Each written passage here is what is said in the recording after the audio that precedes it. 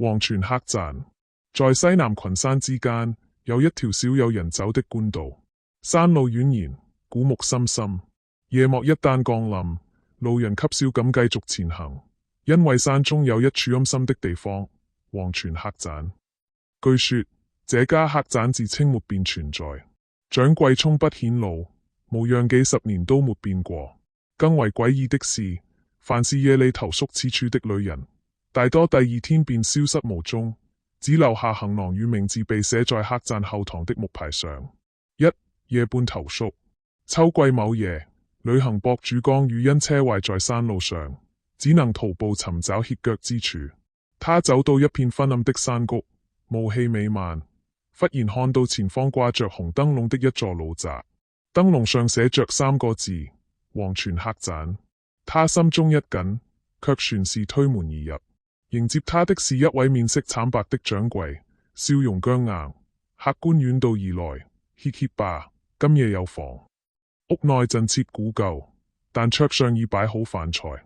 奇怪的是，飯桌旁坐着幾名客人，一個個面無表情，動作僵硬，像自污的人偶。江宇心裏發涼，但仍裝作鎮定。掌櫃低聲說道：客官今晚安心住下，切莫隨意開門，也別照鏡子。鏡中的影子。半夜，江宇被奇怪的聲響驚醒。他聽見走廊上有人低低哭泣，像是女人的啜泣聲。他想起掌櫃的叮囑，卻全是忍不住推門。走廊空無一人，只有一面古舊銅鏡立在盡頭。鏡子裏影出他自己，但神情詭異，眼睛通紅，嘴角裂開，仿佛在冷笑。他猛地後退，鏡中自己卻一步步逼近，似乎要穿出鏡面。江宇驚恐萬分，拼命關門，可哭聲卻在屋內響起，像是從床下傳來。他鼓起勇氣掀開床單，竟看到一個女子縮在床底，面容模糊不清，只是一張慘白的皮。他緩緩抬起頭，嘴裏擠出嘶啞的字：幫我。木牌的秘密。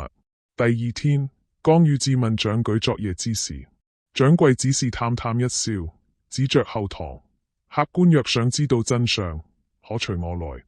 後堂牆壁上掛滿木牌，每一塊木牌上刻着名字和日期，最早的可以追溯到8年前。江宇震驚地發現，其中竟有近幾十年來不斷消失的旅客名字。他正看得心驚，忽然瞥見最新的一塊木牌，上面竟然刻着自己的名字，日期正是今晚。江宇渾身冰冷，怒問掌櫃：你究竟是怎麼人？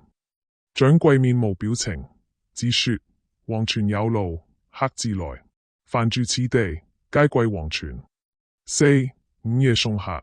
夜幕再次降臨，客棧驟然熱鬧起來。樓下的客人一個個緩緩起身，他們的動作僵硬，臉龐蒼白磨血，眼睛空洞。江宇看清楚後，才發現這些人根本不是活人，而是一具具死人，被魂魄牽動，強行走動。他們圍成一圈，齊聲低語：新人留下。江宇倉皇逃跑，卻發現無論他衝向哪條走廊，最終都會回到客棧大堂。大門緊閉，外面的世界似乎徹底消失。掌櫃手持一盞燈籠，緩緩走來，燈火搖曳中，江宇看見燈籠上寫着自己的名字。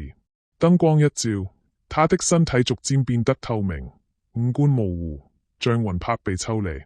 永恆的客人。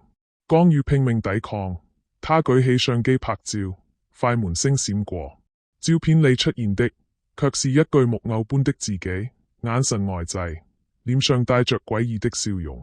你已是此地之客。掌櫃冷冷說道。江宇最後的記憶是自己被推入後堂，木牌上名字的紅光漸漸熄滅，他的身體僵硬，皮膚乾裂，最終化作了一具新客人，端坐在飯桌旁，永遠帶着假笑。黃泉不歸路。